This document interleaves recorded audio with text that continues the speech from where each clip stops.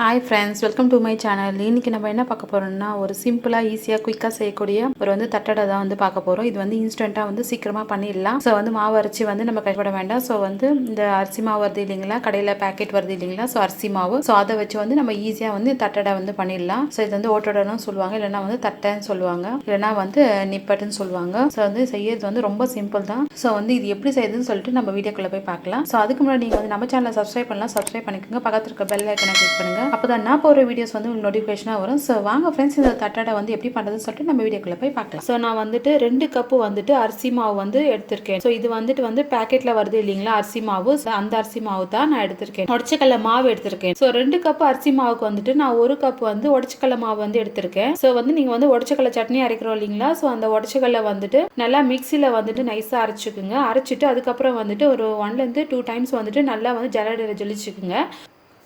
மாவு நல்லா நைஸாக இருக்கணும். ஸோ அப்படி தான் நான் எடுத்துருக்கேன். ஸோ 2 கப் அரிசி மாவுக்கு 1 கப் உடச்சக்கல்ல மாவு. ஸோ 2:1 அப்படின்னு சொல்லிட்டு எடுத்துக்குங்க. ஸோ இப்படி போட தான் இந்த மெத்தடில் பண்ணிங்கன்னா தட்டை சூப்பராக வரும். ஸோ இது ஈஸியாகவும் செஞ்சிடலாம். அதுக்கப்புறம் பெருங்காயம் எடுத்துங்க, தேவையான அளவுக்கு. சால்ட் தேவையான அளவுக்கு எடுத்துக்குங்க. தண்ணி எடுத்துக்குங்க. நான் எண்ணெய் நான் சமையல் எண்ணெய் ஒரு 2 ஸ்பூன் எடுத்திருக்கேன் நான். ஸோ இது என்னன்னா, நம்ம மாவில் ஊற்ற போகிறோம். கொஞ்சமாக ஒரு மிதமாக சூடு பண்ணிட்டு இந்த எண்ணெயை நம்ம இந்த மாவில் பேசியும் போது ஊற்ற போகிறோம். ஸோ அப்போ தான் தட்டை நல்லா மொறு மொறுன்னு சூப்பராக இருக்கும். ஸோ அதுக்காக தான் எண்ணெய் ஊற்றுறோம் நம்ம. ஸோ நீங்கள் பட்டர் இருந்தாலும் பட்டர் ஊற்றிக்கலாம், இல்லைனா இது மாதிரி எண்ணெய் காய வச்சுட்டு நீங்கள் இந்த மாவு கூட ஊற்றி பிசைஞ்சிக்கலாம். ஸோ அப்போ தட்டை நல்லா சூப்பராக நல்லா பொறு பொறுன்னு இருக்கும். பாருங்கள், நான் இதில் ஒரு 10 பல்லு போல் தோல் உரிக்காத பூண்டும், அதுக்கப்புறம் ஒரு 5 மிளகா போல் எடுத்துகிட்டு ஒரு 1/2 hour போல் ஊற வச்சுருக்கேன். ஸோ இது மிக்சியில் போட்டு அரைக்க போகிறோம். அரைச்சிட்டு அதுக்கப்புறம் நம்ம மாவு கூட சேர்க்க போகிறோம். ஸோ காரத்துக்காக நான் இந்த மிளகா தான் போடுறேன் நான். ஸோ காஞ்ச மிளகா போட்டால் அரையாது. ஸோ அதுக்காக நான் ஒரு 1/2 hour இந்த பூண்டையும் இந்த மிளகாவையும் நான் ஊற வச்சு வச்சுருக்கேன். ஸோ இது ஒரு சைடு இருக்கட்டும்.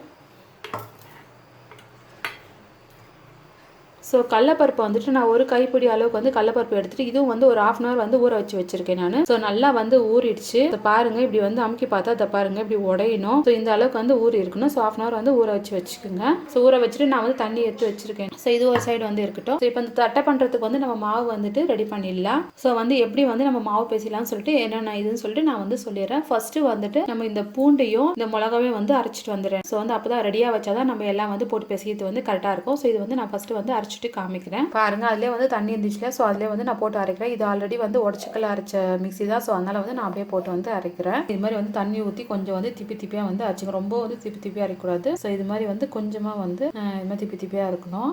ஸோ ஏன்னா நம்ம பூண்டு தோலோட போட்டிருக்கோம்ல, ஸோ என்னதான் அரைச்சாலும் ஸோ இப்படி தான் இருக்கும். ஸோ இப்படி அரைச்சிக்குங்க. இந்த கரைப்பில் கொஞ்சம் எடுத்துக்குங்க. ஸோ இது மாதிரி குட்டி குட்டியாக இது மாதிரி கட் பண்ணி வச்சுக்கோங்க. ஸோ இதை நம்ம மாவுலேயே மிக்ஸ் பண்ண போகிறோம். ஸோ இப்போ நம்ம மாவு பிசைஞ்சிடலாம். ஸோ இது மாதிரி ப்ராடா ஒரு குண்டா எடுத்துக்குங்க. ஸோ இதில் மாவு போட்டுடலாம். பாருங்கள், ஸோ 2 கப்பு. ஸோ இது உடச்சக்கல்ல மாவு, உப்பு தேவையான அளவுக்கு. ஸோ நீங்கள் எவ்வளோ மாவு எடுக்கிறீங்களோ அது தகுந்த மாதிரி நீங்கள் தேவையான அளவுக்கு உப்பு போட்டுக்குங்க. ஸோ கொஞ்சமாக பெருங்காயத்தூள் போட்டுக்குங்க.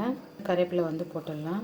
கடலப்பருப்பும் நான் நல்லா வாஷ் பண்ணிவிட்டு நல்லா தண்ணி எடுத்து வச்சுருக்கேன். ஸோ இதுவும் இதில் போட்டுடலாம். இதில் அரைச்சி வச்சுருக்கேன் இல்லைங்களா, ஸோ இதுவும் இது கூட ஊற்றிடலாம். கலந்து விட்டுக்குங்க. நல்லா கலந்து விட்டாச்சு. ஸோ அதுக்கப்புறம் எண்ணெய் காசு ஊற்றிக்கலாம். எண்ணெய் சூடாகிடுச்சு. என்ன ஒரு லைட்டாக பாருங்கள், பபிள்ஸ் வந்திருக்கு. ஸோ இந்த ஸ்டேஜில் எடுத்துகிட்டு ஊற்றிக்கலாம். ஸோ ஊற்றிட்டு உடனே கை வைக்காதீங்க, ரொம்ப சூடாக இருக்கும். ஸோ கொஞ்சம் நேரம் விட்டுட்டு அதுக்கப்புறம் நம்ம கை போட்டு நல்லா பிசைஞ்சிக்கலாம். கொஞ்சம் கொஞ்சமாக தண்ணி ஊற்றி பிசைஞ்சிக்கலாம். சூடு ஆறிடுச்சு. ஸோ கை போட்டு பிசைஞ்சிக்கலாம். ஃபஸ்ட்டு இதை லைட்டாக கலந்து விட்டுருங்க. ஸோ அதுக்கப்புறம் கொஞ்சம் கொஞ்சமாக தண்ணி ஊற்றி பிசைஞ்சிக்கலாம். ஸோ இதில் நீங்கள் கடலப்பருப்பு கூட போட்டுக்கலாம். ஸோ நல்லா கலந்து விட்டாச்சு. இப்படியே பாருங்கள், மனம் நல்லா வருது, அவ்வளோ வாசனையாக இருக்குது. ஸோ கொஞ்சம் கொஞ்சமாக தண்ணி ஊற்றி பிசைஞ்சிக்கோங்க. சும்மா அப்படி ஊற்றிட்டு பாருங்கள். ஸோ இது தெளித்து பிசைஞ்சிக்கோங்க. ஸோ இதை நம்ம சப்பாத்தி மாவு பதத்துக்கு பிசைய போகிறோம். மாவு நல்லா பிசைஞ்சிட்டு பாருங்கள். இது மாதிரி தான் சப்பாத்தி மாவு பதத்துக்கு நல்லா பிசைஞ்சிக்கணும். நல்லா பிசைஞ்சிட்டு இது மாதிரி ஒயிட் கிளாத் நல்லா தண்ணியில் நனைச்சிட்டு இது மேலே போட்டு விட்டுருங்க. அப்போ தான் மாவு காத்தாராது. ஸோ நம்ம எடுக்கும் போது கொஞ்சம் கொஞ்சமாக எடுத்துகிட்டு நம்ம உருண்டை பண்ணிவிட்டு நம்ம தட்டிக்கலாம். ஸோ இதை அப்படியே மூடி வச்சுருங்க.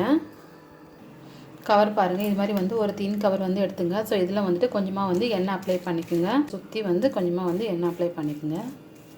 ஸோ அதுக்கப்புறம் இதே சைஸ் இன்னொரு கவர் எடுத்துக்கோங்க. ஸோ இதிலே கொஞ்சமாக எண்ணெய் அப்ளை பண்ணிக்கோங்க. ஸோ சென்டரில் மட்டும் லைட்டாக வந்து அப்ளை பண்ணிக்கோங்க. ஸோ ஏன்னா வந்து ஒன்றோட ஒன்று வந்து ஒட்டக்கூடாதுன்றதுக்காக தான். ஸோ மாதிரி வந்து இவ்வளோ சைஸ் வந்து உருண்டை எடுத்துக்கோங்க. ஸோ நல்லா வந்து உருண்டை பண்ணிக்கோங்க.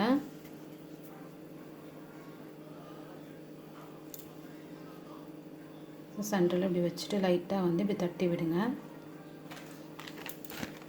ஸோ இந்த பேப்பர் வந்து ஒன்ஸ் இப்படி கவர் பண்ணிடுங்க. ஸோ இது மாதிரி வந்து ஃப்ளாட் இருந்துச்சுன்னா இதை வந்து இப்படி வச்சுட்டு லைட்டாக வந்து ப்ரெஸ் பண்ணுங்கள். பாருங்கள் என்ன சூப்பராக ரெடி ஆகிடும். ஸோ நீங்கள் இது மாதிரி வந்து பேப்பரில் வந்து இது மாதிரி 2 பேப்பர் வச்சு நீங்கள் வந்து இது மாதிரி ப்ரெஸ் பண்ணிக்கிறதுனால பண்ணிக்கலாம். இல்லைனா வந்து எங்கள் கையிலே தட்டதுனால தட்டிக்கலாம். ஸோ இது எல்லாம் வந்து கொஞ்சம் பண்ணி வச்சுக்கோங்க. ஸோ அப்போ தான் கொஞ்சம் இது காத்தாடின பிறகு தான் வந்து நம்ம எண்ணெயில் போட்டு எடுக்க போகிறோம். ஸோ அப்போ தான் வந்து எண்ணெய் வந்து அதிகமாக இழுக்காது. நான் எல்லாம் வந்து தட்டிட்டேன். ஸோ வந்து எனக்கு வந்து இப்படி தான் கம்ஃபர்டபுள். ஸோ அதனால் வந்து நான் கையிலே வந்து தட்டிட்டு எல்லாம் வந்து வச்சுட்டேன். பாருங்கள் நான் வந்து எல்லா பேப்பர்லேயும் வந்து தட்டிட்டேன் பாருங்கள். ஸோ வந்து 5 மினிட்ஸ் ஆயிடுச்சு. ஸோ எல்லாம் வந்து ட்ரை ஆகிடுச்சு. இப்போ வந்துட்டு நம்ம 1 by 1 வந்து போட்டுட்டு வந்துடலாம். வந்து எண்ணெய் காயிட்டும். இது வந்து ஒரு 1/2 லிட்டர் எண்ணெய். ஸோ வந்து எண்ணெய் காஞ்சதும் நம்ம வந்து தட்டை வந்து 1 by 1 வந்து போட்டுட்டு வந்துடலாம். எண்ணெய் காஞ்சிச்சான்னு பார்க்கறதுக்கு கொஞ்சமாக வந்து இது மாதிரி உருண்டை எடுத்துகிட்டு கொஞ்சமாக வந்துட்டு போடுங்க. போட்டோடனே வந்துட்டு இந்த மாவு வந்து மேலே வந்துடணும். பாருங்கள் மேலே வந்துடுச்சு பாருங்கள். ஸோ வந்து எண்ணெய் காஞ்சிடுச்சு. ஸோ கேஸ் வந்து சிம்மில் வச்சுக்கோங்க. ஸோ போட்டோடனே வந்து அப்படியே வந்து மேலே வரணும்.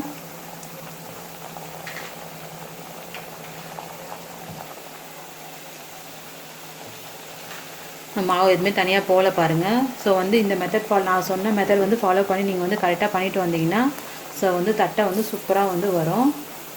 ஸோ வந்து போட்டோடனே வந்து கரண்டி போட்டுறாதீங்க. ஒரு 2 மினிட்ஸ் வந்து அப்படியே விடுங்க. ஸோ அதுக்கப்புறம் வந்துட்டு நம்ம திருப்பி போட்டுக்கலாம்.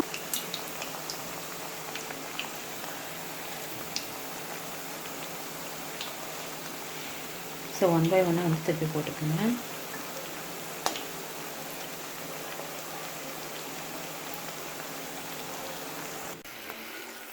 பாருங்கள் லைட்டாக வந்து கோல்டன் ப்ரௌன் ஆகிடுச்சு. ஸோ இப்போ வந்து எடுத்துடலாம்.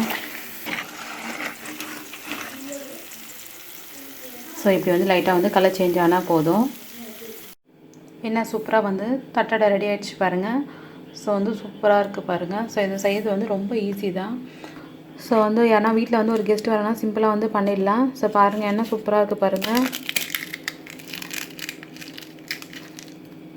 பாருங்கள் என்னம்மா ஆயிடுச்சு பாருங்கள்.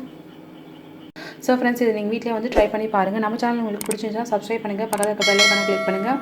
லைக் பண்ணுங்கள், கமெண்ட்ஸ் பண்ணுங்கள், ஷேர் பண்ணுங்கள் friends. Okay bye friends. Next வீடியோவில் பார்க்கலாம். தேங்க்ஸ் ஃபார் வாட்சிங்.